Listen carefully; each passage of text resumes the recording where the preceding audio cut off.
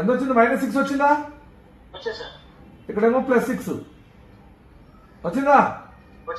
అంటే ఇప్పుడు graphic voltage sir. Okay, ఎప్పుడైనా మనం చెక్ చేసినప్పుడు ఇలా చెక్ చేసుకోవాలి. అర్థమైందా? ఏమైనా డౌట్ ఉందా?